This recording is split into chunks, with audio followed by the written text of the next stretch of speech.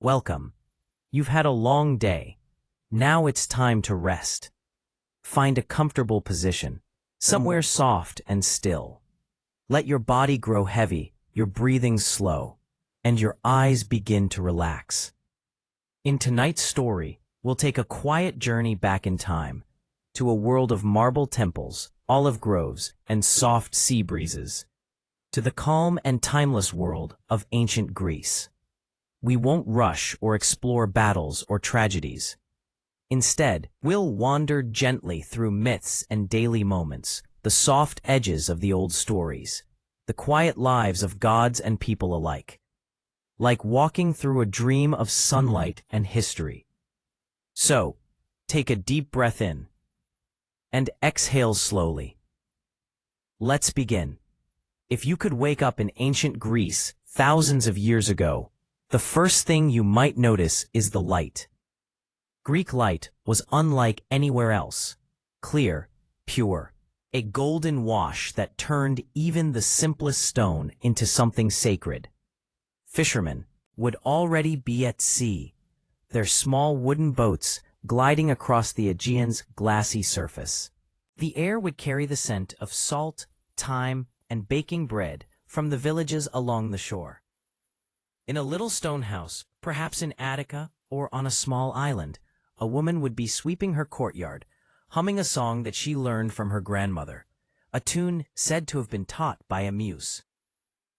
Greek life, even before the myths, was full of rhythm. Every task, from weaving linen to grinding grain, was done in harmony with the seasons and the sky. The people believed the gods were everywhere, not distant or fearsome, but woven into daily life. A whisper of wind might be Zephyrus, the gentle god of breezes. A flash of sunlight might remind someone of Apollo, patron of light and reason. To the Greeks, divinity wasn't far away. It was in the rustle of leaves, in laughter, in the warmth of olive oil on the skin. When we think of the Greek gods, we often imagine thunder and passion, but even gods had their quiet moments. Serene days atop Mount Olympus, the gods were said to stroll among clouds and gardens of silver light. Zeus might be found reading omens in the shape of drifting clouds. Hera, his queen, might sit beside him, embroidering golden threads that shimmered with the sun. Apollo would tune his lyre and play softly, while the 9 muses hummed in harmony, psalms that drifted down to earth as inspiration. It's easy to imagine them, not as distant beings, but as symbols of calm perfection, reflections of what humans admired most: balance, beauty, order. Each god, in their way, represented a part of nature and the soul. Artemis, goddess of the moon and forests, would wander through cool shadows, her hounds padding quietly behind. Aphrodite would walk by the sea, leaving footprints that turned to shells. Hermes, ever curious, might nap under a laurel tree, dreaming of the roads he had yet to travel. Even in myth, there is rest. Down, below, in the valleys and islands, people lived in the rhythm of day and night. Farmers tended to goats and fig trees. Potters shaped clay at the wheel. Children played games in courtyards, their laughter echoing like birdsong through stone alleys.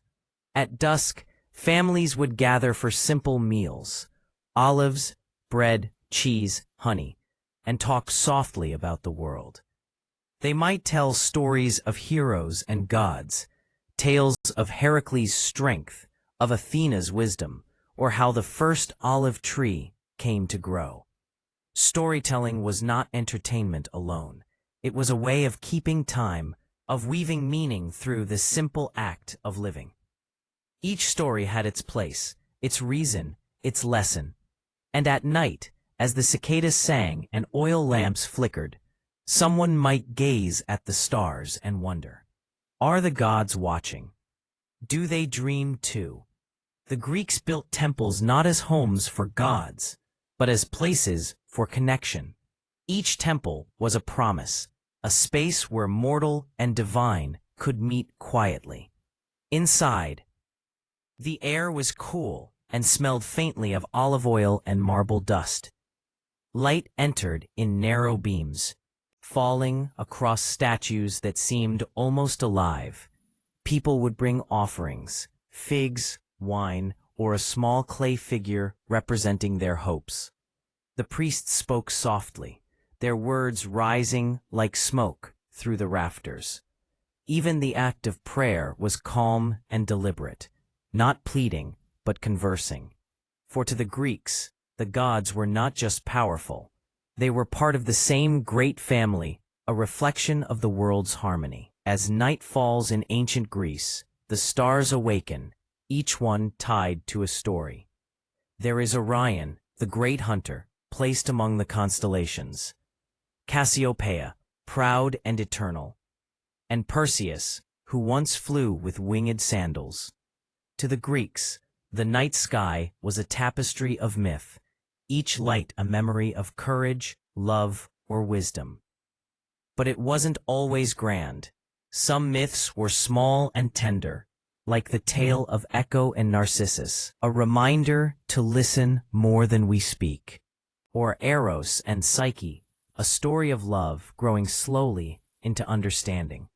They were lessons told softly under flickering lamplight, stories for families, for travelers, for anyone who needed to remember that beauty and kindness endure. Greek life was guided by one quiet principle: balance. The word was sophrosine, meaning harmony, moderation, and inner peace. They believed the good life wasn't one of excess or power, but of proportion, living in rhythm with the world. So they built homes that opened to breezes. They painted pottery with graceful patterns that never clashed. They spoke poetry that flowed like water. Even their myths, though grand, returned always to balance, light and shadow, mortal and divine, rest and motion. And perhaps that is why their stories still soothe us, because they remind us that peace is ancient, that it has always existed, quietly, beneath the noise of time. As the night deepens, the fires in the hearth grow dim. Somewhere on the Aegean coast, a fisherman ties his boat and looks to the stars. A poet finishes her verse and sets down her stylus. A child curls up beside a clay oil lamp, listening to the waves. The gods are quiet tonight. Perhaps they, too, are dreaming. The air smells of sea salt and olive leaves. The world is wrapped in silver light. It is peaceful, timeless, infinite. If you listen closely, you might hear the hum of the lyre, or the whisper of the wind through cypress trees, the same sounds that lulled the ancients to sleep. So rest now. The myths will keep watch. The gods will guard the silence. Sleep deeply, traveler, beneath the eternal stars of Greece. Thank you for wandering quietly through this world of Greek mythology.